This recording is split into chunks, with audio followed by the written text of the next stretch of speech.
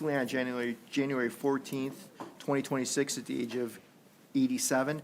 Joe served as an interim superintendent for the Greece Central School District from October of '05 to November of '06. Joe had a long and successful career in education and finished her career as superintendent of schools in East Arundequoit. Please keep Joe and her family in your thoughts and prayers. Thank you. Pledge allegiance to the flag of the United States of America and to the republic for which it stands, one nation, under God, indivisible, with liberty and justice for all.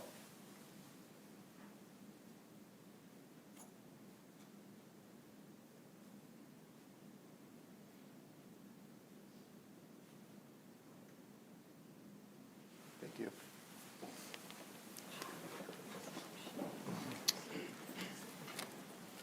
Can I assume move the agenda to the table, please? Moved by Vice President Stencil, second by Mr. Bonagario. Any additions, corrections to the agenda? I have two. I'm going to strike 11.05, the Grading Policy Committee Report. And I'm going to strike 11.08, the Optimization Assessment Process Advisory Committee Report. Both of those committees failed to meet last week due to the snow day. With that, all those in favor of the agenda is amended? That passes 9-0. Next up, we have the District Community Schools Champion Award. Is she here? Yes. I see her. Took me a minute. It is my honor to present the 2025-2026 District Community Schools Champion Award to Ms. Shelby Levitro.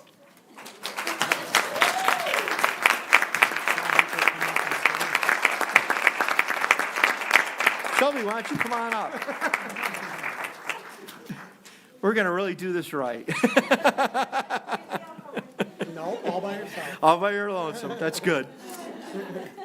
Shelby joined our community schools in 2018 and has been passionately dedicated to this work ever since. She is a fierce advocate for families in our community, always leading with her heart and purpose. As a proud mom of 3 Greece Central students, her commitment to our district is both personal and unwavering. Through her journey as a community school coordinator, lead parent coordinator, and now community schools manager, Shelby has consistently gone above and beyond to champion what is best for Greece students and families. No matter the role, her tireless advocacy and deep compassion shine through. Congratulations, Shelby, for all of you do, and thank you. Shelby, you're not getting away without a picture. We're going to have the board come around, the whole cabinet. We're getting a whole picture here. Kelly, why don't you get in a picture too?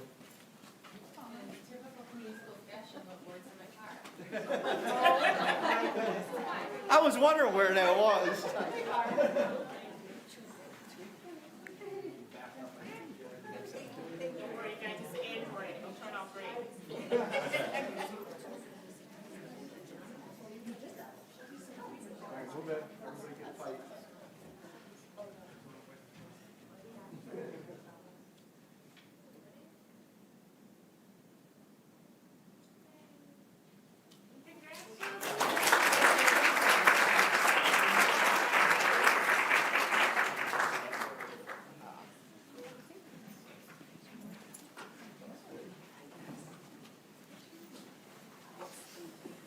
Okay.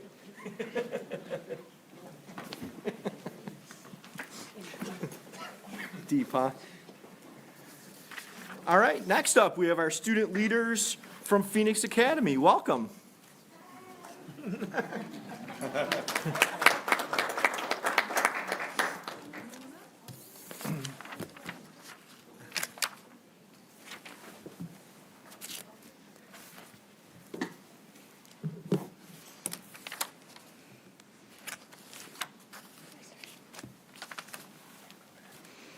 Hello.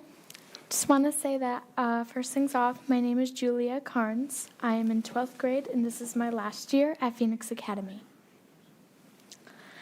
I've been here since 8th grade through 12th. I'm graduating this year, and what I love about this school is that it always has amazing counselors, teachers, and staff. Throughout all my years of high school here, I have gained so much knowledge and appreciation through staff. When I was confused, they were there to simplify to me. When I was gloomy, they were there to help me. The teachers know how to teach us students so well, and we have a quick pace at thinking because of them.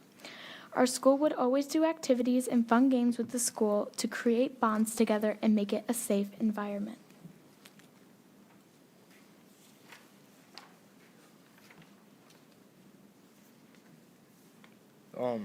Hi, my name is Ethan. I like Phoenix because it has smaller classrooms and more one-on-one with teachers. It makes it easier to learn for students, especially with anxiety. Teachers are well equipped to deal with mental health concerns. There are not as many students, which results in less conflict. I like how there is opportunities to catch up with credits with flexible scheduling.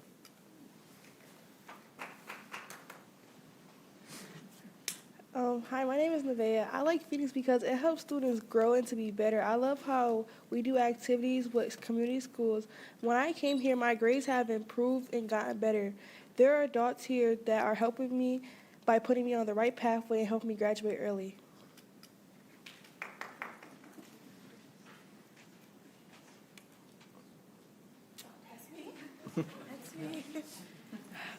Hi, my name is Jada Vasquez, and I wanted to start off by saying how much this school had helped me in so many ways. When I first came to Phoenix, I was scared. I never got into trouble, so I didn't know what to expect. But they showed me what people do when they care for you, and they didn't judge me. I'm sorry, I'm nervous. Let me start up.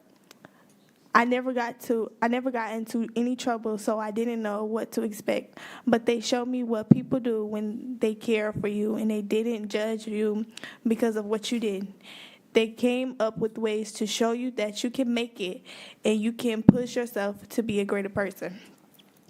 I came and gave my help to them and showed them what a young lady I am. When I tell them I can't fail and I've got to keep going, they hold me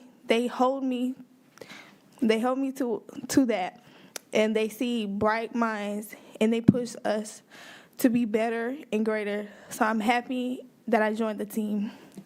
Thank you.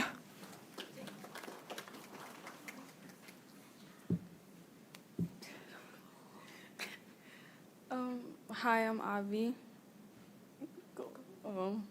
We like Phoenix because there is one-on-one help from teachers and staff. Helpful because you get a lot of support, smaller classes, and less drama. These teachers and administration help lead you in the right direction. And put you on track for success and help to make sure you keep your grades up and are on the right path to graduate. We look forward to doing field trips and going out and seeing and doing stuff outside of the school building.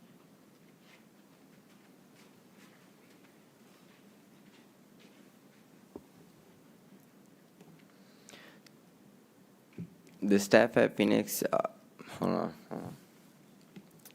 Hi, I'm Isaiah. The staff at Phoenix are nice and respectful. Phoenix gives us a great learning environment and provides us opportunities to improve our skills. We have things at Phoenix, things like Phoenix Friday, which give us a good break from our normal routine. We have fun activities to participate in. And another thing at Phoenix is show up and shines, and they're usually fun.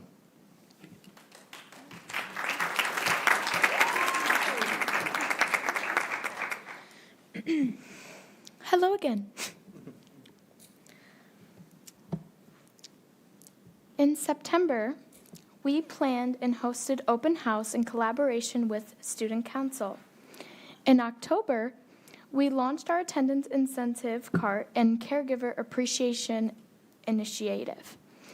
In November, we successfully hosted the MCC Applied Technology Program, giving students direct hands-on exposure to in-demand technical career pathways. In December, Phoenix students came together to pack over 400 break bags for students across the district, demonstrating compassion, community, and service.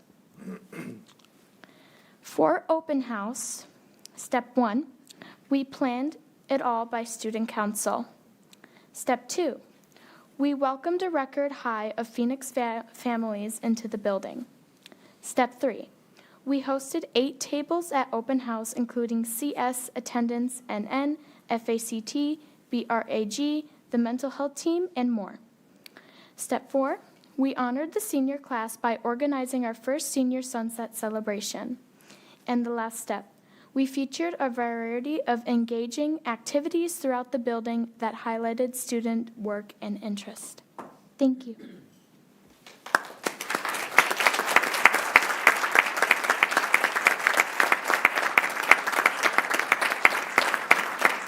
Before you guys sit, I'm going to make you come up front and do a picture with the board, with the superintendent, the deputy, Dr. Baker.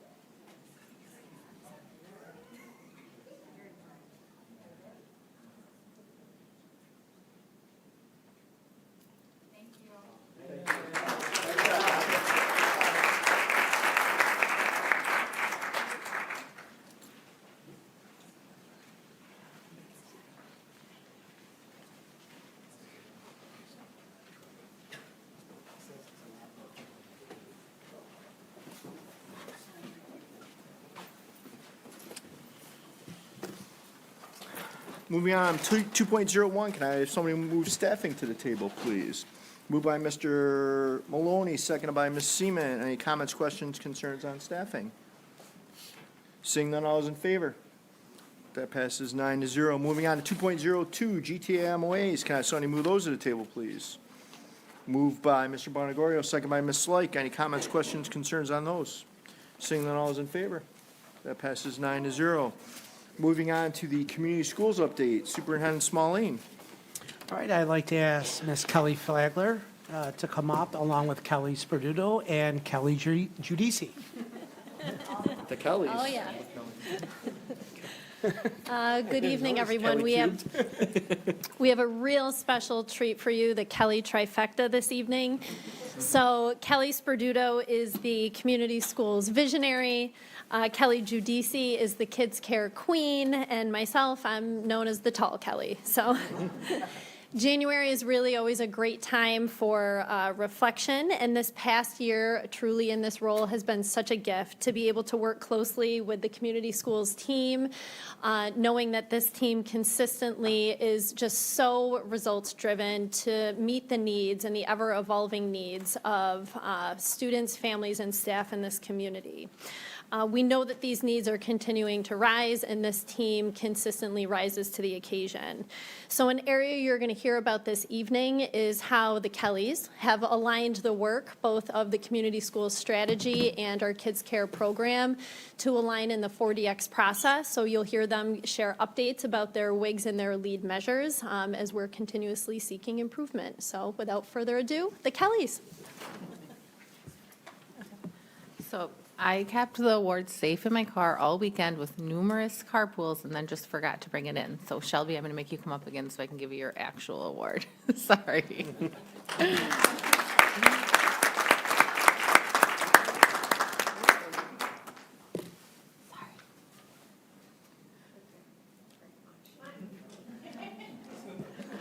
Okay.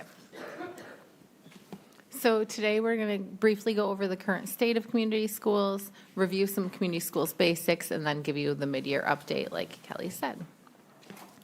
So this map shows you that across the United States, there are 5,589 community schools currently that identify as being community schools, and 31 states have state coalitions. In New York State, we're actually part of the state coalition, the steering committee, and the advisory. And although there's some states on the map that are yellow that haven't yet formed their coalition, they're all working on them and in progress. Furthermore, when I started my role 9 years ago, it was only RCSD doing community schools, and then we started. And fast forward to this year, there are 10 districts across the county that have identified community schools. So So this is just a brief timeline to get you up to speed. In 17-18, we piloted the community schools strategy at Long Ridge Elementary School. And then from that time forward, we strategically scaled the strategy, being really strategic about making sure that each school, when they were onboarded, was able to implement the strategy with fidelity and had the support and resources they needed to do so. And this year, 15 of our buildings are community schools, with Patty Hill and Pine Brook being our newest community schools. So I think this slide is the most important slide. It's really important to know that community schools is a strategy and not a program. And that's a picture of connective tissue. So we talk about how it really builds connective tissue both in a building, between departments, in the schools, with our families and the community at large, so that we can strategically work together. The most important thing to note is that this allows our teachers to be in the classroom teaching, our principals leading, and then our community schools coordinators can do all of the other things to help support our students. So whether it's providing food or clothing, creating family engagement opportunities, supporting regular school attendance, or providing before, after school, or summer opportunities for students, these coordinators really are the jack of all trades. This strategy is helping us to break down silos in the district to ensure a shared vision, support academic priorities, and really create seamless systems of support. So we joke that this wheel is going to be tattooed on some of us soon, but our whole team does now have T-shirts with the community schools wheel on it, because this really just tells you all of the essentials about community schools, and it's what schools across the country are anchored to. The most important part, which is hard to see from here, though, is the yellow, where it says all students flourish in thriving school communities, and that's really our focus and goal for the strategy. So as Kelly alluded to, the community schools team has adopted the 4 disciplines of execution's wildly important goals as well. And today we're going to hyper-focus on our academic goals and our attendance goals. So as you're all aware, our district comprehensive improvement plan goal number 1 is focused on academics and specifically literacy. And in that community schools wheel you saw before, there are 6 key practices. And we as community schools coordinators and team use those key practices to support the goals of the district. So the first one is powerful student and family engagement. So community schools coordinators are leveraging this key practice by creating take-home literacy kits, reading logs, planning fun-filled family engagement events. They're making sure families are kept up to date and informed about what their kids are learning during the day. And one example of this is at the Early Learning Center. They're hosting Westie Universities, where families come together 4 times a year. They enjoy a meal together. There's childcare for the kids. And then the parents learn about literacy instruction and how to support their children's phonics at home. Going further with the academics, the community schools coordinators are also focused on expanded and enriched learning opportunities. So we know teachers are super busy planning that core instruction during the school day, and the community schools coordinator's job is to support the teachers by providing things that the teachers aren't able to get to during the school day. So one way they do this is through expanded and enriched learning. The coordinators are organizing literacy clubs, tutoring, and other enrichment activities for students outside the school day.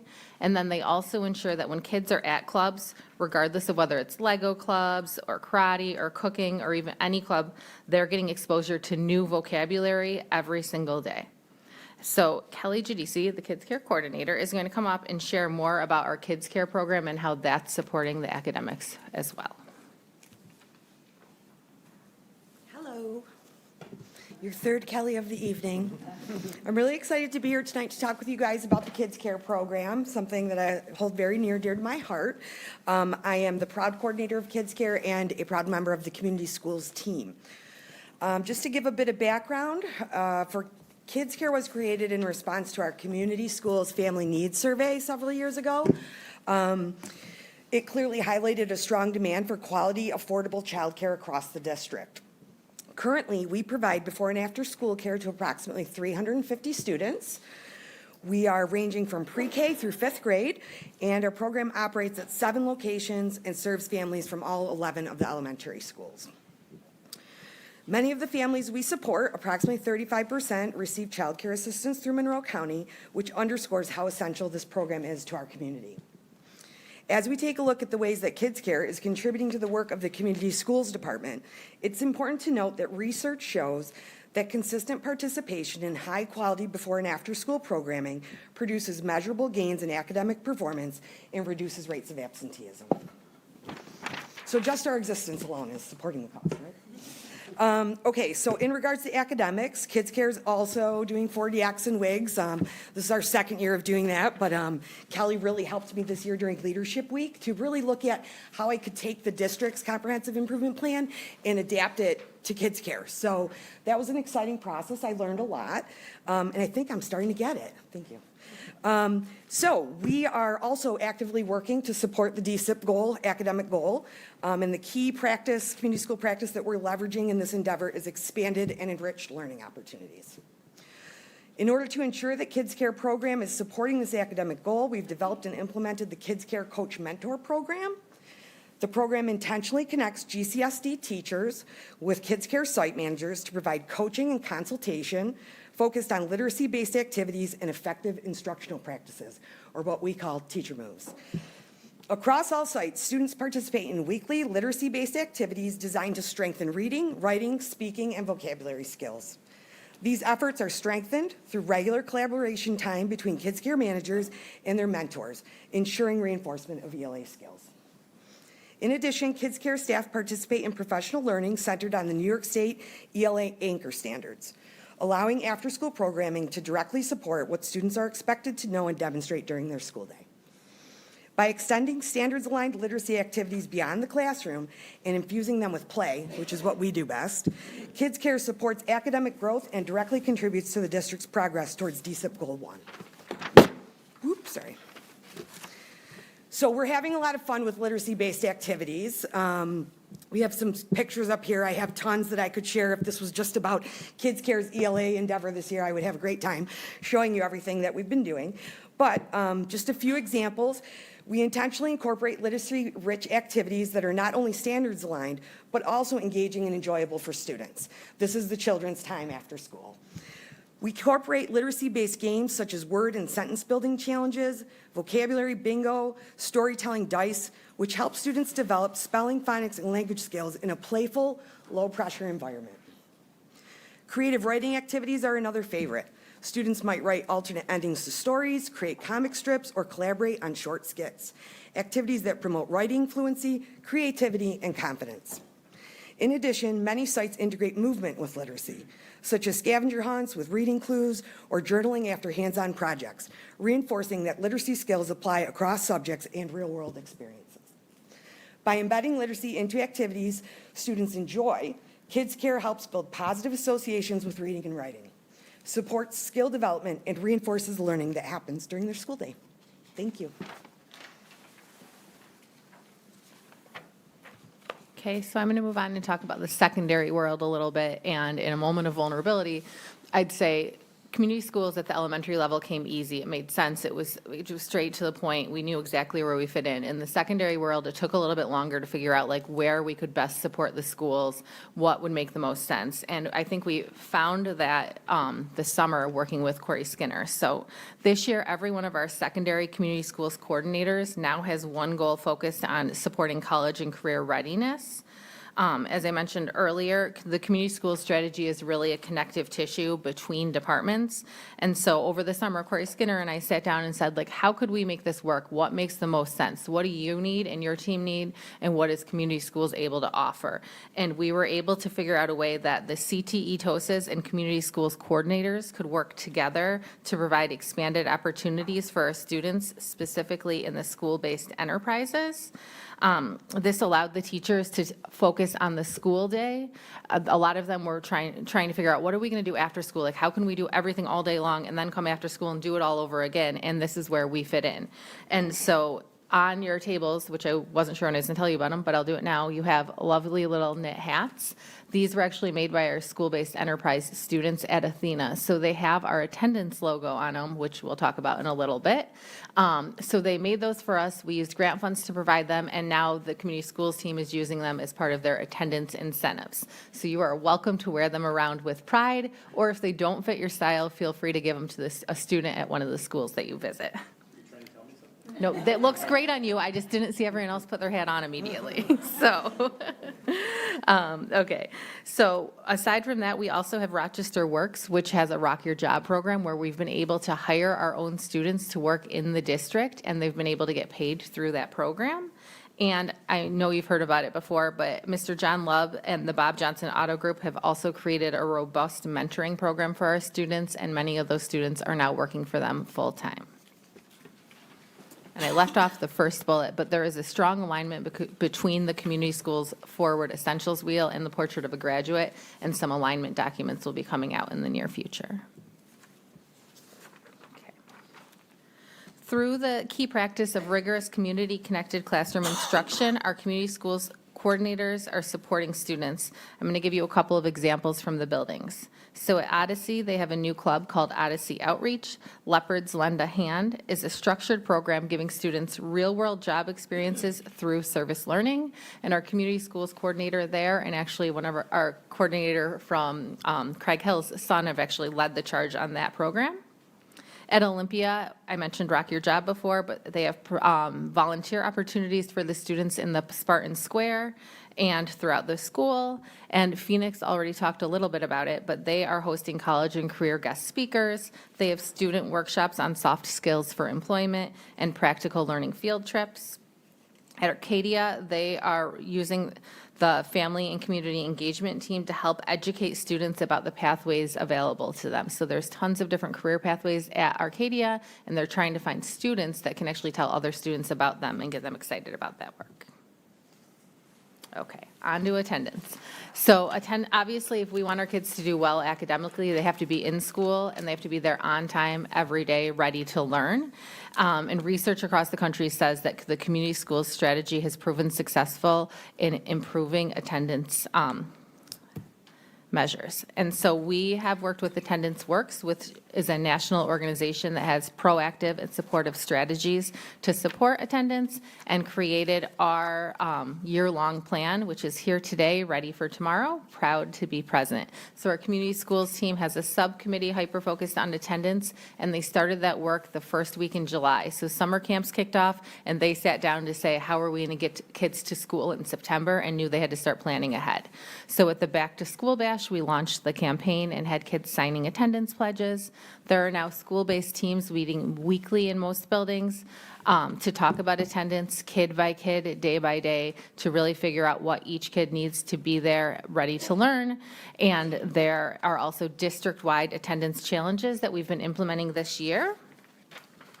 In September, during the challenge, we found that all buildings improved or maintained their attendance rates compared to September of 2024, showing that when you talk about attendance and show kids it matters, it really does help to keep them there.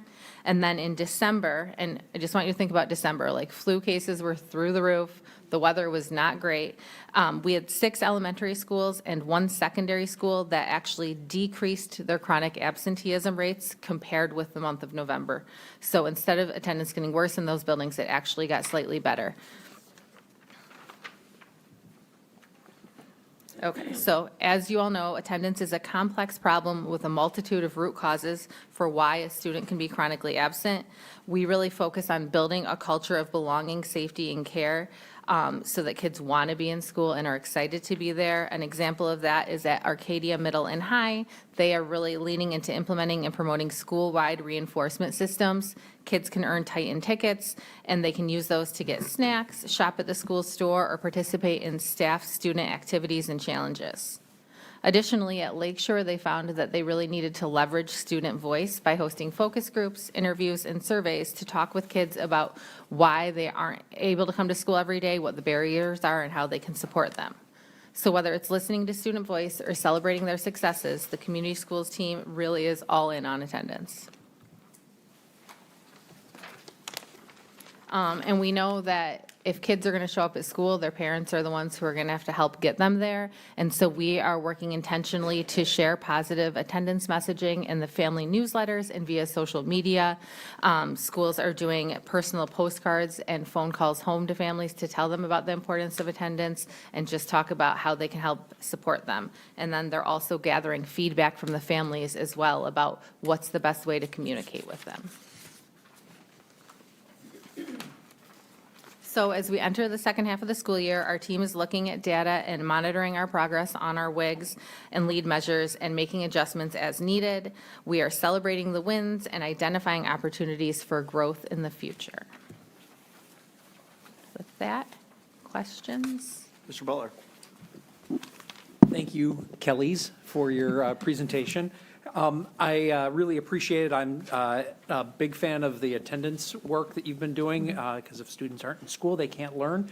And so I'm really encouraged by what you've shared on that front. And I'm curious about how much attendance has been a focus of the community schools work at secondary, or if that's been primarily a primary focus. It's pre-K to 12. So Okay. every coordinator has an attendance wildly important goal and lead measures. Okay. And we see that obviously attendance is better at the elementary level than secondary level. And so we're trying to figure out what the barriers are for those kiddos and how to get them excited about it. Okay, well, that, I guess maybe my follow-up question was going to be if you're implementing any different strategies at secondary from what you are at primary, but it sounds like maybe this is still in the strategy development phase. There are definitely secondary? strategies that are working. They have caught you. So the Show Up and Shine at Phoenix is one of them. So they are pop-up field trips. So kids have no idea when one's coming. You show up at school in the morning and there's an announcement at 9 that says, congratulations, you're here on a Show Up and Shine day. Get ready to board the bus. You're going to rock climbing or Corning glass. And so that really has been helpful. They also have snack attendance cart that goes around at Olympia that'll randomly pop into a class. And if you're in class on time, ready to learn, you can pick something off the cart and you don't know when it's coming. So really just trying to listen to students about what they want. Obviously, it is different at elementary versus secondary. Yeah, great, thank you. Yep. Mrs. Farmer? I brought it up, but I didn't turn it on. So I just wanted to say to all of you that what you're doing is neighborly work.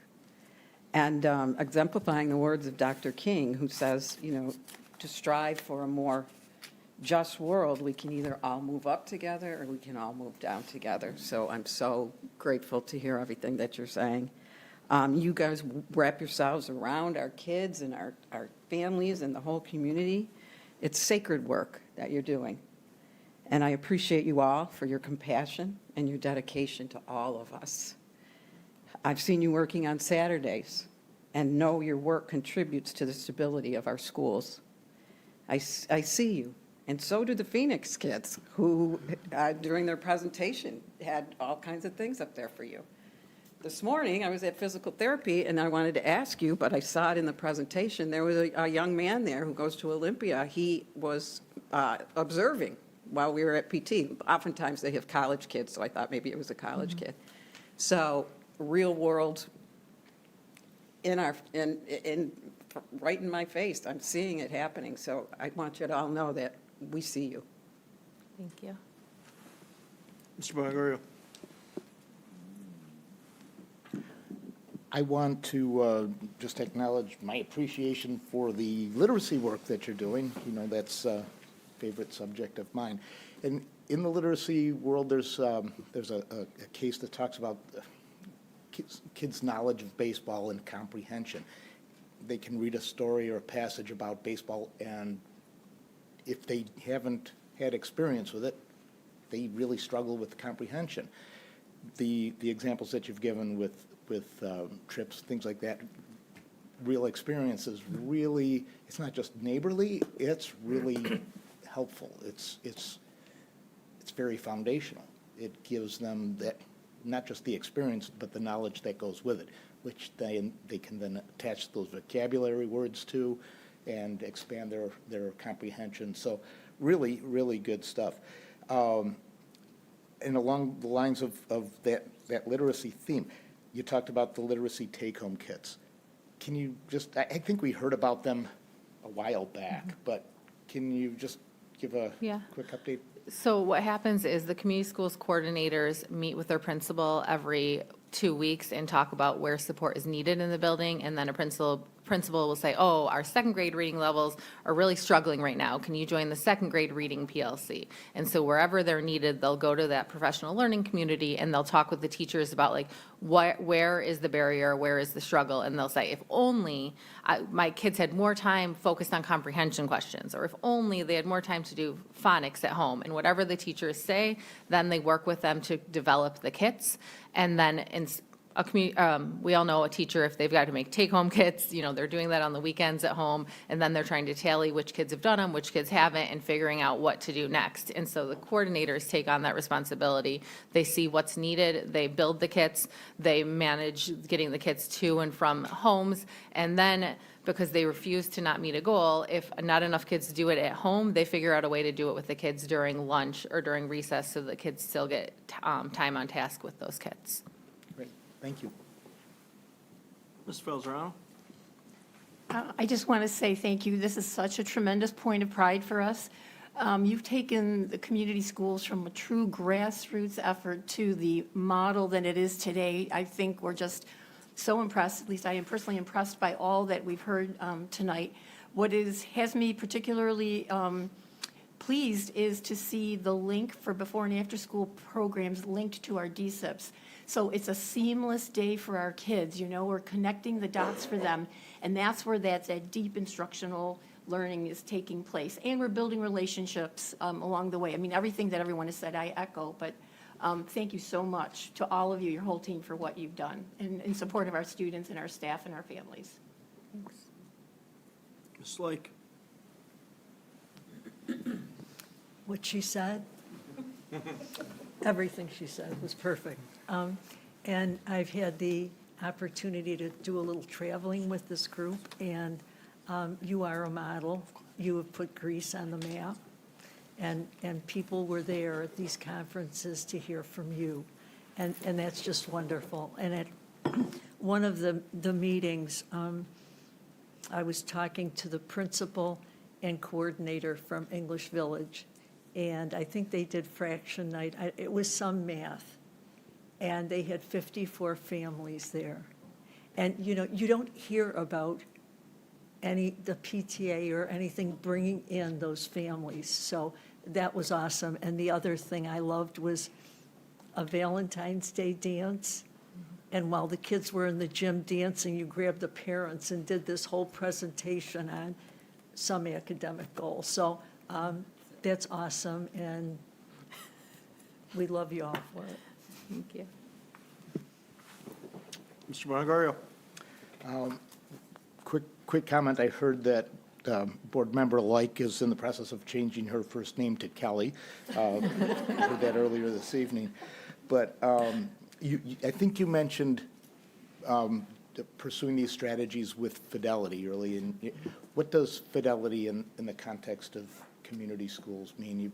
I mean, it's very broad. Yeah, so, hold on. Just going to take a second. So the Community Schools Essentials Wheel really, it's a little bit cumbersome and robust, but it talks about all of the things you need in order to make a community school strategy successful. So you have to have all of the stakeholders present, you have to have all of the enabling conditions, the things in the light blue, which are those key practices we highlighted, you have to do all of those. And then you also have to build the supportive infrastructure that's outside of the ring. And so this is just one piece of a puzzle of framework and theory of action for community schools. And so we dig into that with our team, looking at short-term and long-term outcomes and making sure that we're really following the continuous improvement process, not only of our strategic plan, but also the community schools strategy as well. Thank you. Superintendent Smalley? Yeah.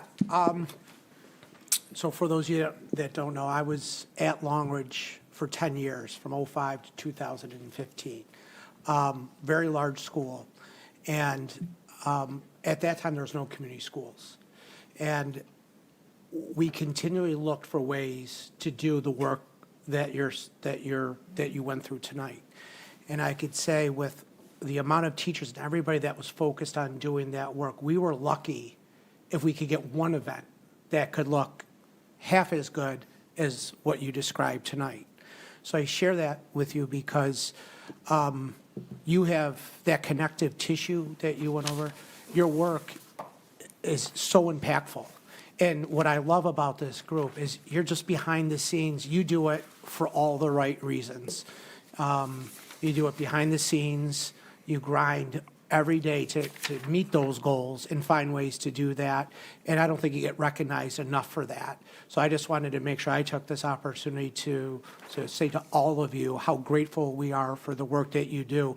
And I can say right now, this work would not happen without you.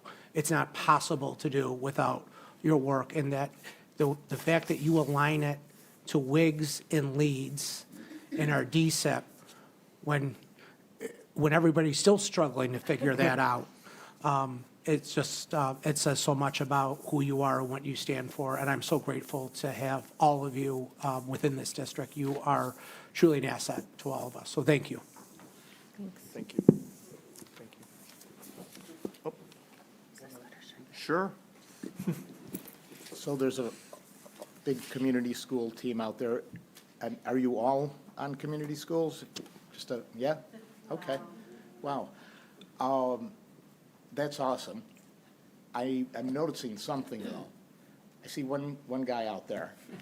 and good on you. There are 3 on the team. Not everyone could come tonight. Okay. Family things. All right, yeah, there are obviously those situations, but question, is there an effort to get men involved in that process? Yes. We are very strategic about making sure that our team is diverse and meets all of the needs in the district. And like we joke about, it's like a puzzle of bringing together all of the right pieces, and they're phenomenal. So the 2 other gentlemen just are home with their families tonight. Awesome, thank you. Thank you. All right, moving on to 4.02, budget development process update. Superintendent Smalley. All right, so that would be Romeo Kalili, and looks like Janine Cushman. Well, thank you, everyone. As Mr. Smaldine indicated, Janine Cushman's going to help me out with this presentation. Welcome. Romeo, just give me, if you guys want to sneak out, it'd be good. If you don't want to listen to the budget, I get it. I see everybody looking around. So if you want to stay, you're more than welcome. But if you have better things to do. Should I preface that every time I get up now? I was thinking probably if you have anything better to do, just clear it out. Yes, like, if anyone wishes to leave at this point, please feel free to. Don't take the hint, Romeo. Take the hint. It's all right, I got it. Wow. Not Cleared one, your room, huh? Romeo. Cleared your room. Nice job. That's a skill. Thank you, Sean. Yeah, you can leave. Thanks, Sean. You're welcome, Romeo. Anytime. All right, so for this evening, we are going to talk about the budget update. As you know, the budget process has started for us back in October, November. We've been through some of our cyclical processes. Tonight, we're going to give you an update on where we are with the process, talk a little bit about the governor's State of the State highlights, which was last Tuesday. There are several groups that have advocacy priorities out there that we wanted to mention to the board members. So if there's anything there that you want more information on, or there's something you want to take forward as an advocacy item, please reach out to either one of us and we can provide you with some more information on that. And then just talk a little bit about the budget timeline. So budget process update. As we've mentioned before, the REACH 2027 strategic plan goal is the anchor for all our decisions regarding adjustments to make within the 2026-27 budget. All budget decisions will be based on the 3 commitments here of igniting learning, cultivating trust, and expanding opportunity for all our students within the district. And we've been using that as the anchor for the last several years, and we'll continue to do so as we move forward. Now, budget process update. So as Romeo indicated, we start this process early on, and I'm not going to take you through all the slides. I just want to give you some highlights as to how we approach this. We will work diligently to engage all budget managers in the process, so the roles and responsibilities of the various budget managers are outlined on these following slides. One of the things that we do within finance itself is to develop the salary and benefits costs, because those represent the largest portion of our budget. So we work very diligently to make sure that those are accurate based on our current staffing, that they reflect planned staffing, and they reflect enrollment by our staff in various benefit programs. So those really are pretty solid numbers, and we're quite proud of that given the size of the district, that we can do that with 3,000 employees.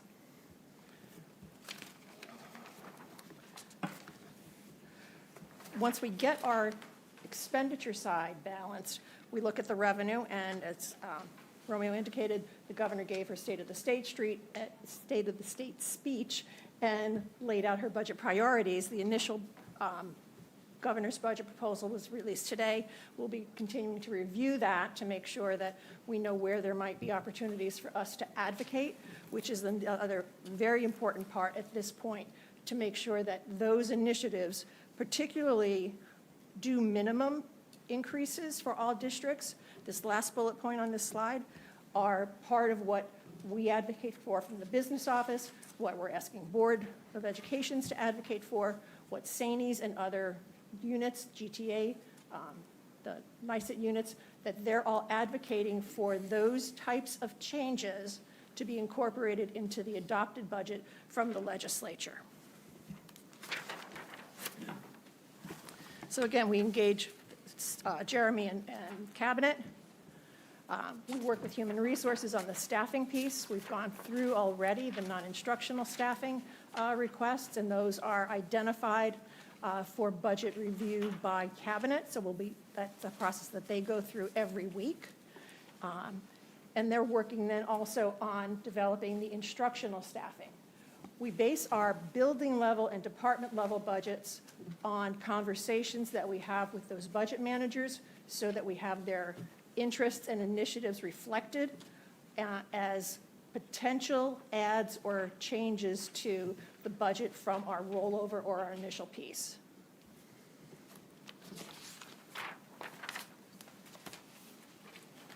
So continuing on with the process, we've done some preliminary calculations on our tax cap for the 26-27 school year. We will present that to the board on February 24th, and we need to submit that by March 1st, so we'll share much of that information at the end of February with everyone. However, we know our tax-based growth factor for 26-27 is what you see on the screen, 1.0019. That's in line with what it was last year, which was 1.0021. So no big change there. The Comptroller's Office recently confirmed that the CPI factor, the growth factor, will be capped at 2% for this year because CPI will be more than that.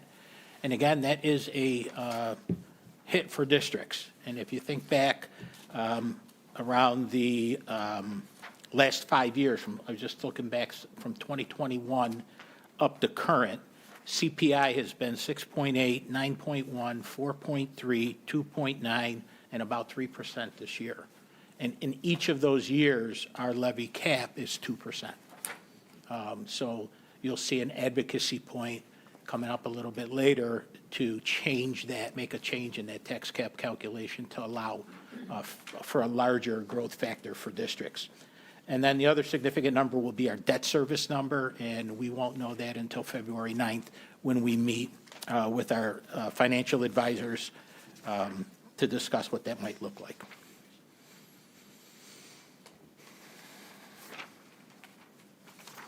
On to the governor's state of the state.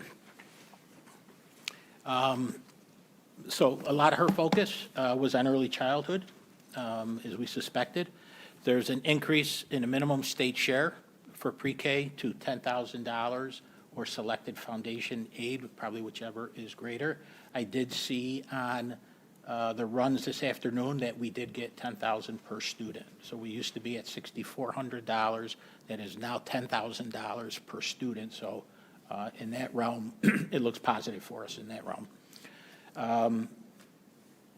There's a $1.2 billion increase in child care assistance programs. That's about 40% increase over last year's number that was proposed in the governor's budget. And then there is a launch for child care and early education office to implement UPK, expand the program, launch a two-care program, come up with innovative child care options, and support child care and early education workforce.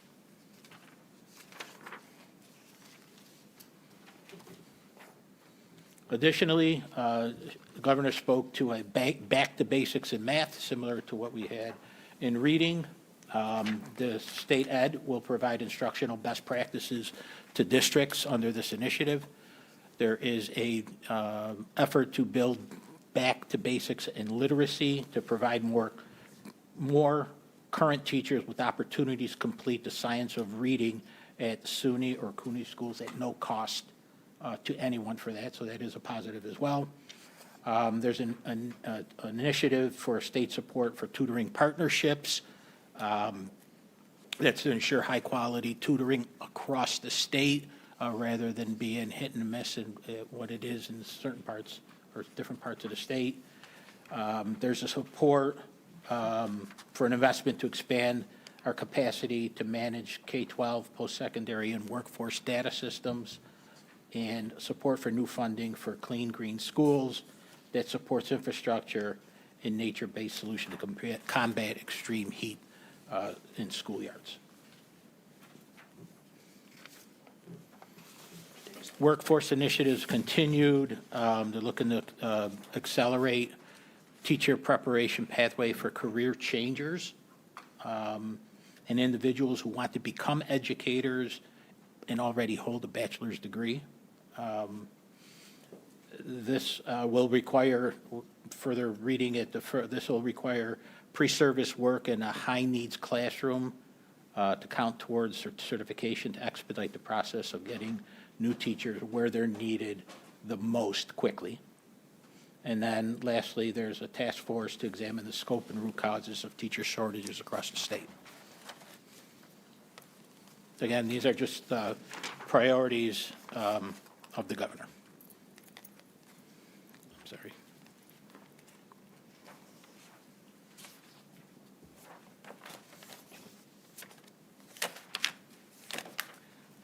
One final workforce initiative is to expand the Master's in Education Teacher Incentive Program, and really to focus on early childhood with that, and to expand the TAP program for non-degree teaching and child care programs. One of the other priority items the governor put forward in her address were around mental health initiatives.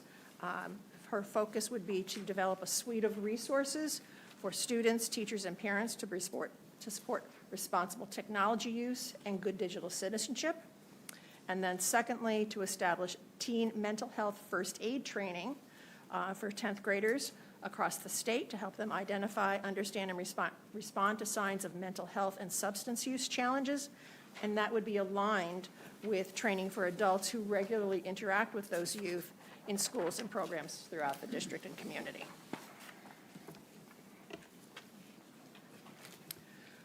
Another initiative put forward is an energy and environmental initiative to give districts greater flexibility in the use of building aid, but that would not come with any additional building aid units or aidability, but just allowing flexibility around how those what types of projects could be aidable for state aid. Again, to look forward for advocacy and priorities. Romeo's going to take that forward. So on the advocacy front, you'll see some changes here. First is regarding the foundation aid formula to provide a due minimum increase for all districts equal to at least the CPI or CPIU, which is the urban CPI that they would advocate for. Again, as I mentioned before, it looks like in the latest run received today, the due minimum increase is 1%. That's where we fall at this point. We'll share more of that at our next meeting when we present to the board. But again, even with the CPIU, if you look back at 2020 to current, the increases were 1.4, 4.7, 8%, 2.9, 2.7. And again, we've been capped at 2%, which is a change that advocacy groups are looking for the state to make to allow the increase in the tax-based growth factor to be at least CPIU, which will be helpful for districts because you can grow revenues a little bit more. Second, establishing a fixed minimum cost calculation that considers what is needed to keep schools open. This is a kind of a flat dollar amount. They would just say, this is where we need to be in order to be able to have a minimum cost calculation for a solid education. Regardless of what your enrollment is, this is what you're going to need to do. Reset the calculation of local contribution to reflect the limitations of the property. So think about the CPIU, 8%, 7%, 6%, 5%. And what happens is our local contribution towards that student education has been increasing, but we're restricted in the tax cap to increase it any because we're at 2%. So the state is putting more on the local districts to contribute more, but then you've got the tax cap calculation out there restricting you to really collect any more without doing a supermajority vote, which for many districts is really a non-starter in their communities. Increasing the weight, and again, the last two, increasing the weighting for students with disabilities and ELL students. We all know they take more effort, they take more funding to educate students with disabilities and English language learners, so there should be more weight and more funding provided to districts that have higher populations of those groups.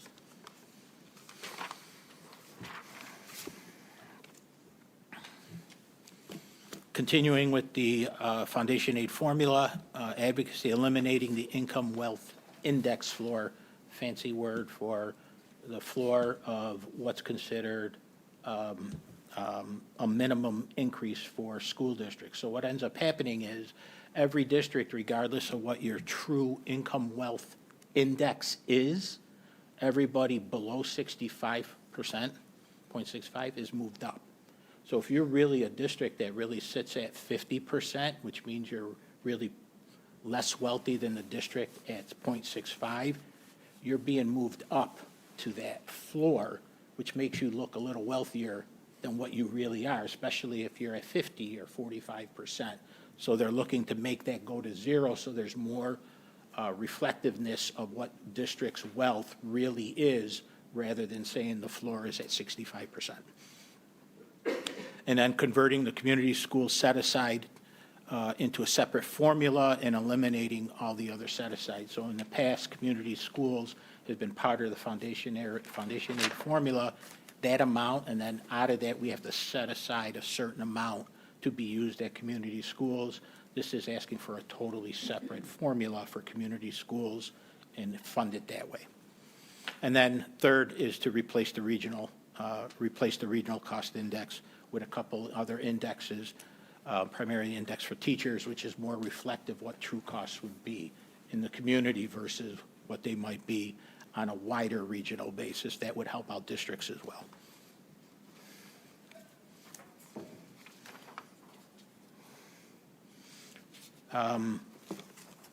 All the expense-based aids are running at current levels. There's advocacy to restore the growth aid formula, which enables districts to see additional state aid in the year that they increase their enrollment. So there are districts that see an influx of enrollment that they weren't planning for. They have to wait a year in order to start receiving aid for those kids. This would be an adjustment to say you received 50 more kids than you planned for. You will get aid on 50 more kids in the current year rather than having to wait a year. fund the current queue of prior year adjustments. This has been on the agenda for several years. As you know, with state aid, if you owe the state, they take it back immediately in the current year. If they owe you, we are currently on an average of about 8 years if you are lucky to get it back. Our current prior year queue amount that we're owed as of January a year ago was just over $700,000 that is owed to us, that there's no allocation for in the current state budget to fund. And then, again, another prior year advocacy point is to limit the capital, increase the capital outlay projects from $100,000 to $250,000. Again, $100,000 today compared to just 5 years ago does not buy you a lot of capital work. Replacing a few doors in a building can cost you $100,000, much less really making any real changes within a building.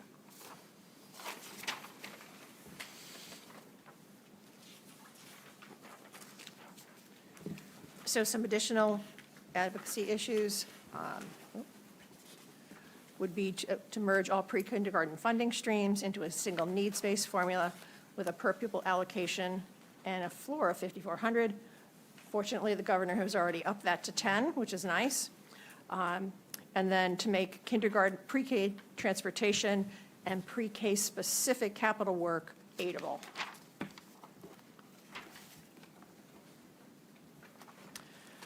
Looking for advocacy around changes to the tax cap that Romeo already spoke a bit about. So the greater of that 2% for the calendar year CPI-U would be the ask around the growth factor. Adopting regulations that represent changes in taxable status, primarily pilots, so that they are incorporated into our growth factor, or the district-specific growth factor, that 0.00019 does not reflect pilots, so we're looking for that to be included. And then to expand the capital exclusion that's part of the tax cap to include increases in transportation costs contracts due to the zero-emission bus initiatives or infrastructure.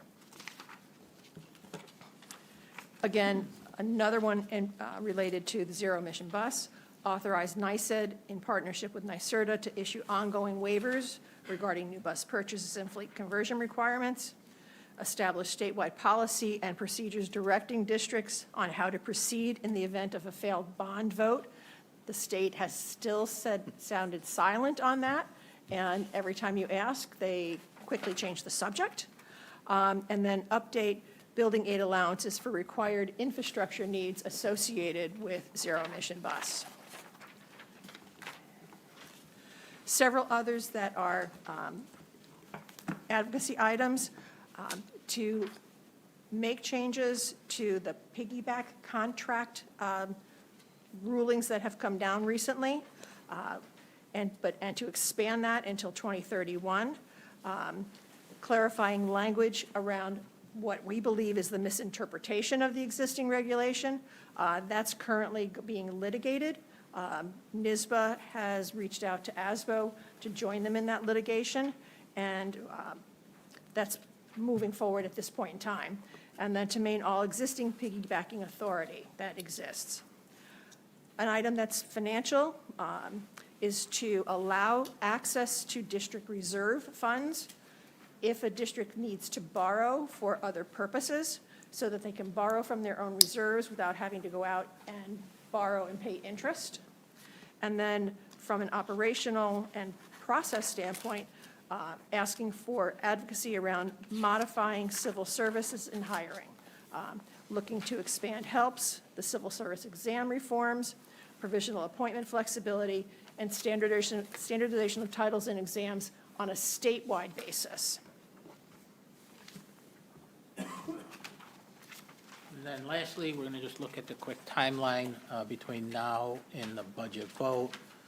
For this month, we're reviewing staffing, HR department's reviewing all staffing through around mid-March.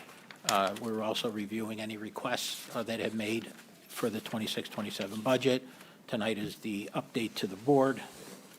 In February, there'll be 2 meetings. The initial budget and state aid analysis will be completed on February 3rd, our next meeting.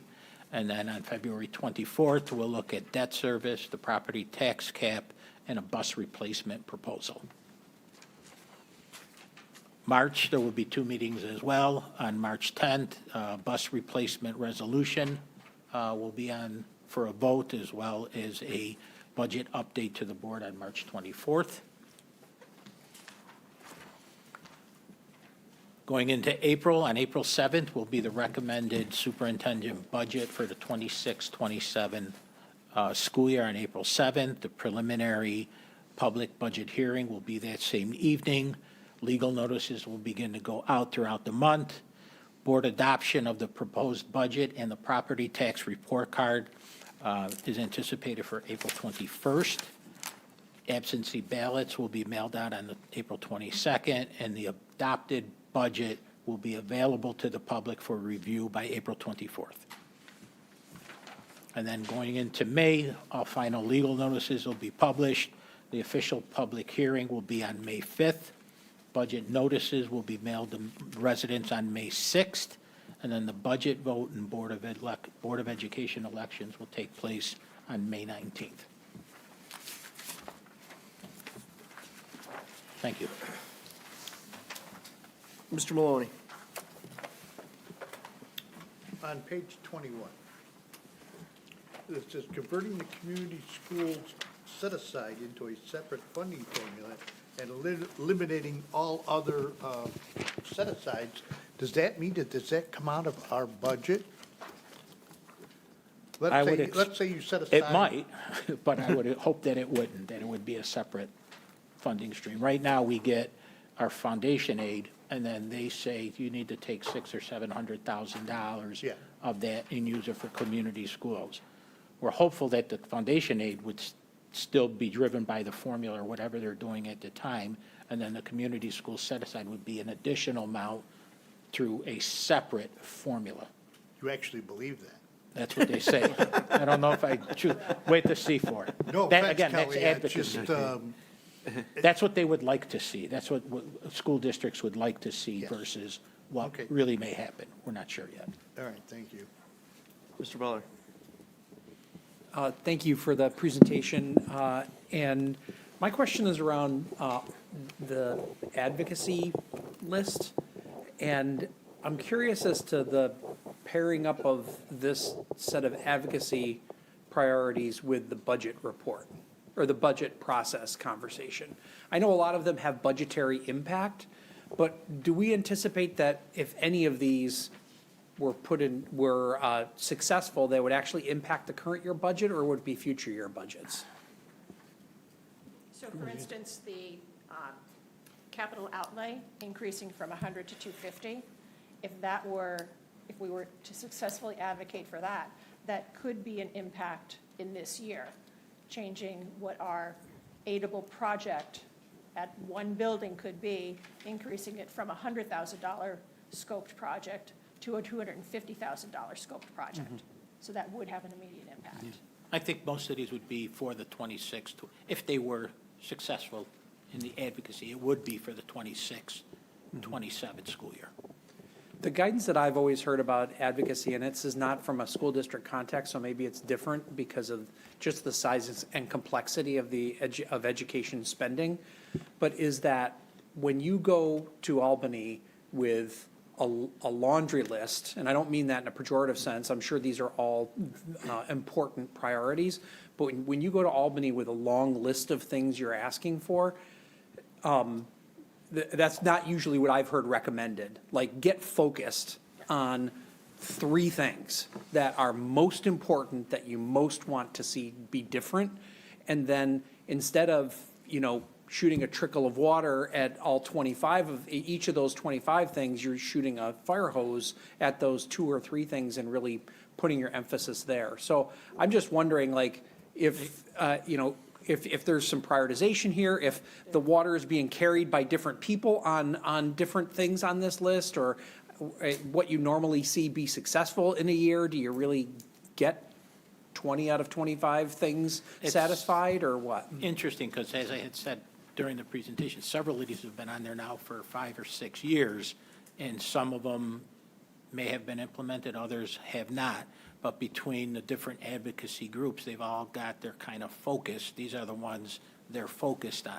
Our focus might be different than what these 3 other, or we could probably pare this down to 3 or 4 items that would be most important to us or have a budgetary impact on us that is positive if they were implemented for 26, 27. But we're one of 700 districts. Now, if that's, I'm not sure, Todd, if it would be helpful for us to identify those for you relating to the next year budget for the board to use and say advocate for these 2 or 3 or 4 points as opposed to pick and choose the ones you think are important. We could probably do that. I think if we had, would be my supposition that if we have a more unified voice on a smaller number of things, we're more likely to get the attention that we want and to be successful.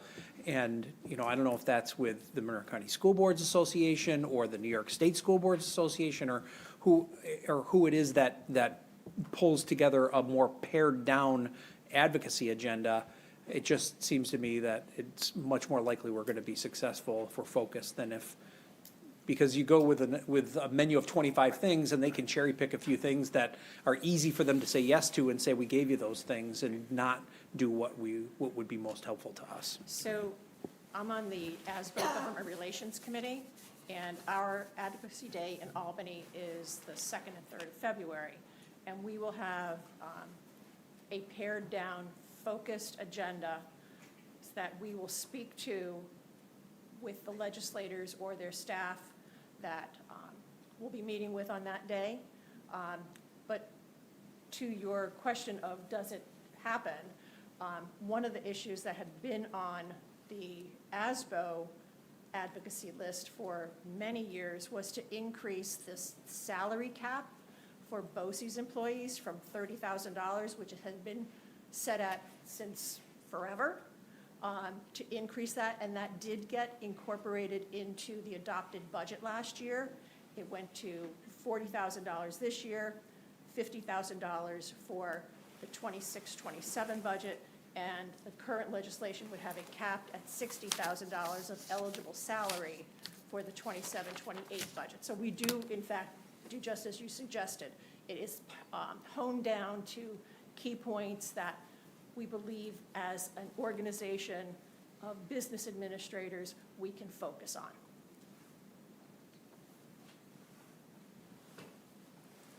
Thank you. Look forward to more, Romeo. Maybe we'll have a better crowd for you next time. No offense. 5.01, can I also move the quarterly reporting of professional service contracts greater than $50,000? Moved by Vice President Stencil, second by Ms. Falzarano. Any comments, questions, or concerns on that? Seeing none, all is in favor. That passes 9-0. Moving on to extra classroom activity funds quarterly report. Can I have somebody move that to the table, please? Moved by Ms. Seaman, second by Ms. Slike. Any comments, questions, concerns on this? Seeing none, all is in favor. Passes 9-0. Moving on to updated yearly appointment. Can I have somebody move that to the table, please? Moved by Mr. Butler, second by Ms. Farmer. Any comments, questions, concerns on that? Seeing none, all is in favor. That passes 9-0. Moving on to quarterly reporting professional service contracts between $20,000 but less than $50,000. That's for information only. Does anybody have any questions? 6.02, anticipated bids. Does anybody have any questions on those? It's written information only. And 6.03, the budget and revenue status report. Does anybody have any question on those? All right, moving on to the consent agenda. Can I somebody move the consent agenda to you, please? Moved by Vice President Stussel, second by Ms. Slike. Any comments, questions, concerns on the consent agenda? Seeing none, all is in favor. That passes 9-0. Moving on to 11.01, the Bilingual Program Advisory Council report. Ms. Falzarano. Yes, the Dual Language Advisory Council met virtually on January 14th, and the meeting was led by our Multilingual Education Director, Shauna Sweet.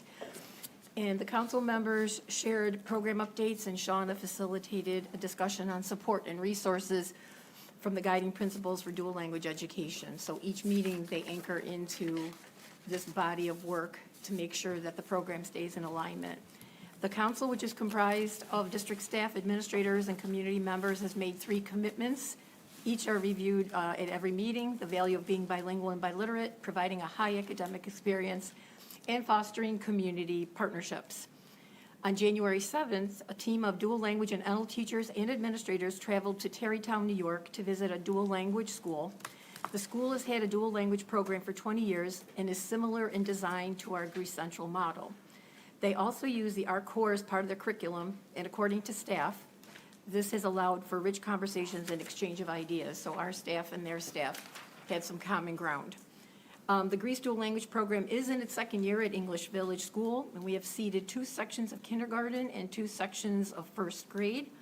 There are ongoing efforts to continue to promote the program among district pre-K families. In February, there are plans for an English as a new language presentation to staff at Lakeshore School to introduce the dual language program as it shifts to grades 3 through 5 in the 27-28 school year. Teachers in the program report that students are making gains in literacy in both the English and Spanish languages. If you ever have the opportunity to visit the bilingual classrooms, you will be amazed at what our youngest learners are able to do already in 2 languages as they navigate 2 languages. The council also discussed ways to continue to develop community partnerships to help support the program. And again, really, there's been such an amazing level of achievement already that we're seeing, and the cultural understandings in addition to the academic gains has been remarkable. Thank you. Thank you, Mr. Felzarano. The Board of Education Code of Conduct Committee, Mr. Bonagorio. Thank you. It's been a busy couple of weeks for us. We are closing in on the date for which we'll be reporting back to the board, and so we're in the writing phase. We've had some significant conversations. We've identified areas of common ground, and at the same time, we've unearthed some significant points of, I'll just say, differences of opinion, and it's a fair thing. We're a pretty diverse group, but we're trying to approach it in a way of really forging ahead together with some common goals. We're rapidly, we've got a meeting, we had a meeting this afternoon, subgroup, and the full committee meeting on Thursday, so we will be reporting back shortly with full details. Thank you, Mr. Bonagorio. Culture and Climate Committee report for elementary. Ms. Lake. Okay, we met, the elementary teachers met for half a day and examined the data report card based on the student surveys. It was very interesting to look at these results. And all I could think of was my sons and now my grandson taking these surveys and how they would answer these questions, which were pretty sophisticated as far as I was concerned for 3rd grade boys. Anyway, it's a 5-point scale. Apparently, we'll be moving to a different survey that's a 3-point scale, and it might be easier for kids to navigate that. But I think certainly the teachers who are doing the evaluation were very aware of all of these things. They then got data on their own schools, and they looked at the Leader in Me lessons and how they would align themselves to the specific questions on the survey. And they looked at whether they would be, something might be supplementary that they say now is essential. So they spent that part of the day doing that. We also then talked about our next steps would be looking at the alignment between what that committee's doing and the district strategic plan. The secondary meeting was canceled again.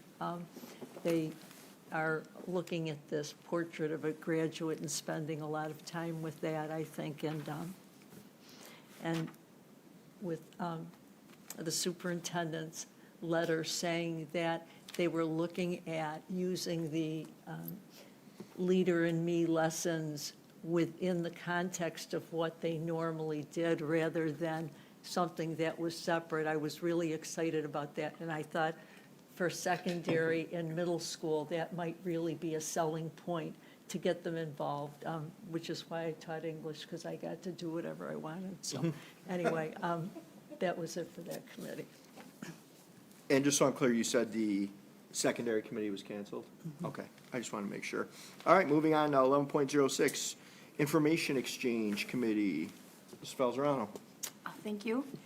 I met with the Monroe County School Boards Association group on January the 14th, and we were part of a presentation made by the University of Rochester supporting our students, strengthening educators' response to the mental health needs of teens. The presentation was made by co-directors from the UR Medicine Department of Psychiatry at the Golisano Children's Hospital. And the purpose of the Supporting Our Students Initiative trainings is to increase the capacity of school staff who are supporting youth with behavioral needs and their families.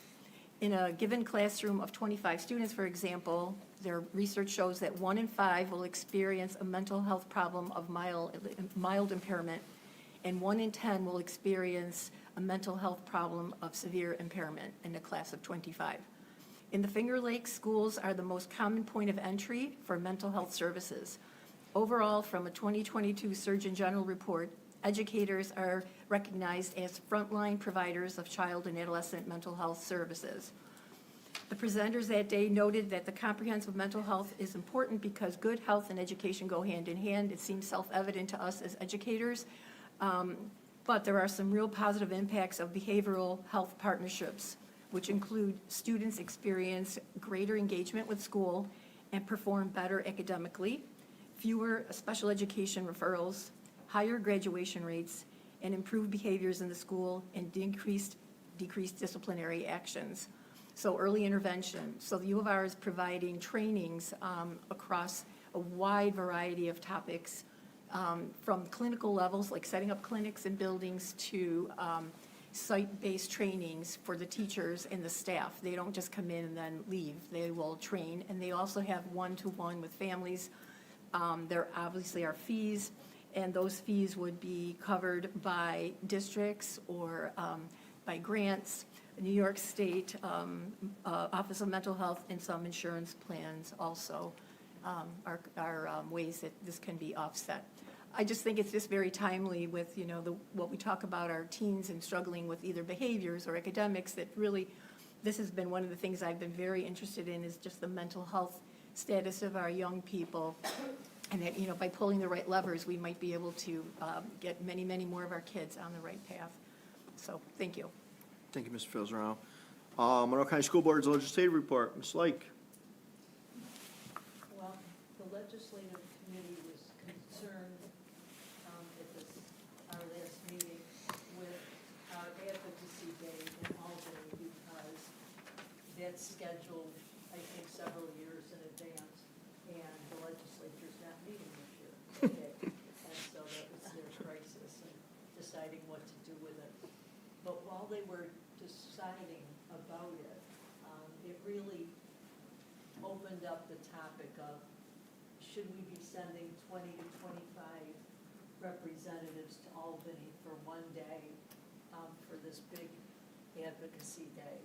And I went last year, and it's kind of a grueling day to get on that early train and go, and then you get there and some meetings that you thought you were having were canceled, and you spend a lot of time sitting waiting around.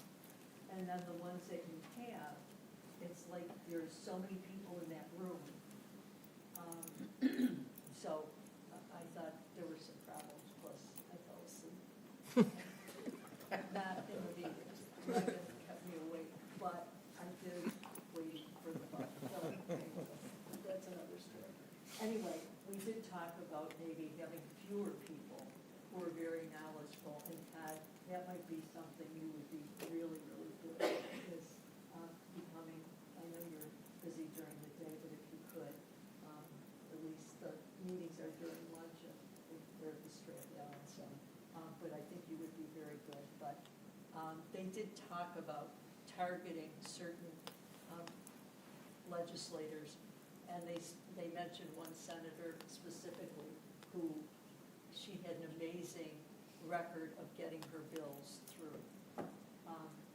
And they do a lot behind the scenes, you know, they're meeting with people over the summer, and they do a lot of that. And we have the breakfast coming up February 7th, so if you're interested, that's at CCR, and you should be getting a notice pretty soon if you haven't gotten one already. And again, I had mentioned in an email to everyone that there is a bill in the Assembly that will prohibit the use of AI in classrooms prior to high school. So I don't know whether that's got legs on it, but it is an election year, so that might have some interesting implications. And I think that's it. Thank you, Ms. Slake. Mr. Maloney. I would like to make a motion to adjourn this meeting. Second. Second by Vice President Stutzle. All those in favor? That Aye. passes 9-0. Have a good evening.